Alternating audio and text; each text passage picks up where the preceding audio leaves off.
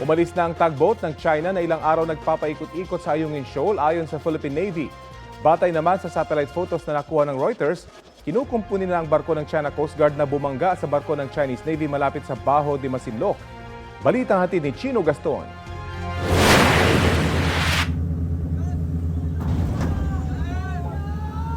August 11 nang maganap ang banggang ito ng mga barko ng Chinese Navy at China Coast Guard sa tangka nilang pag-ipit sa BRP Suluan ng Philippine Coast Guard malapit sa Bajo de Masinloc.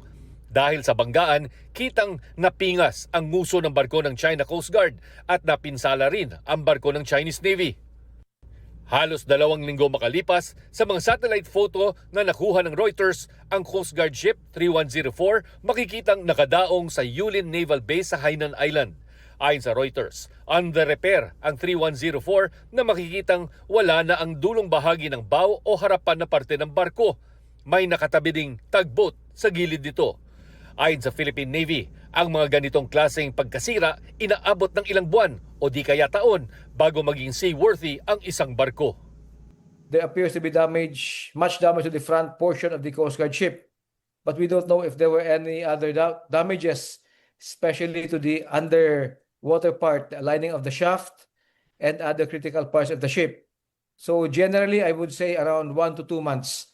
Then they could again put the ship back into the water and do some test. Mula nang nangyaring banggaan, wala ding impormasyon sa planned warship na may bow number 164. Hanggang ngayon, hindi inaamin ng China na may nasirang barko ang China Coast Guard at People's Liberation Army Navy.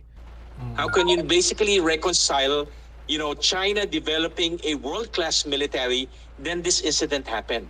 I think that's one of the reasons why the Military Commission ordered this operation was to impress upon the people, see, we have done this, we have prevented the Filipinos from entering into our secret territory. At the time, of course, we're showing to the people and to the world that we have a world-class military capability. Then this thing happened.